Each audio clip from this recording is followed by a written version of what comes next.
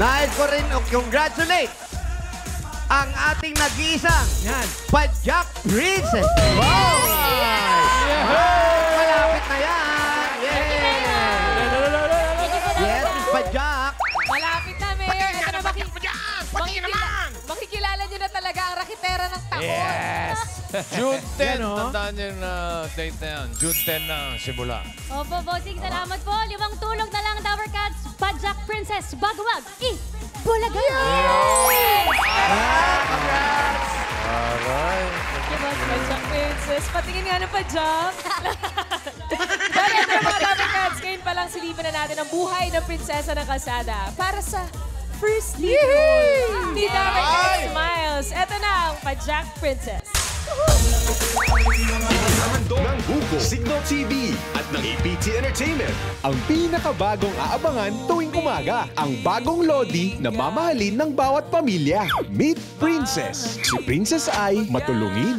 Oh, dahan-dahan, syempre.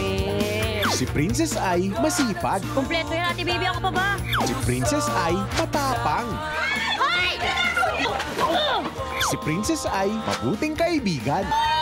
Si Princess ay mapagmahal. Together, yakang-yaka.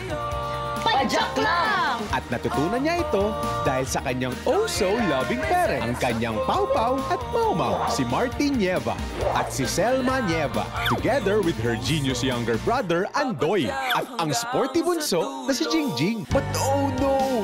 Ang perfect family, tinamaan ng kamalasan.